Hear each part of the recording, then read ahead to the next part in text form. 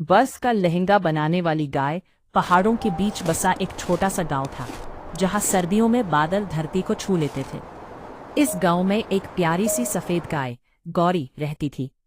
उसकी चमकीली सफेद फर में चांदनी रातों की चमक थी और उसकी आंखों में एक अद्भुत दयालुता।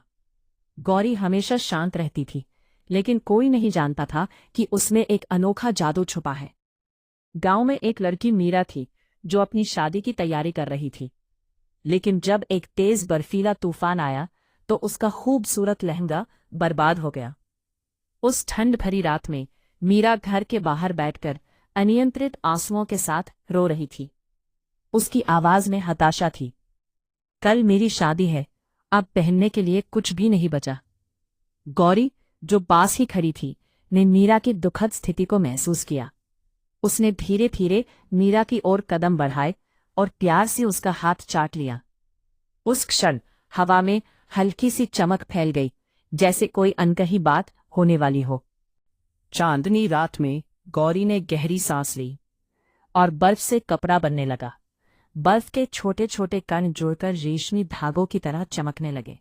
गौरी ने अपने सींगों से सुई का काम किया और अपनी पूंछ से धागा बनाकर बर्फ के फाहों को सिल दिया। उसकी मेहनत और प्यार ने एक अद्भुत लहंगा बनाने की प्रक्रिया शुरू की। सुबह होते होते एक सुनहरी बर्फ का लहंगा तैयार था।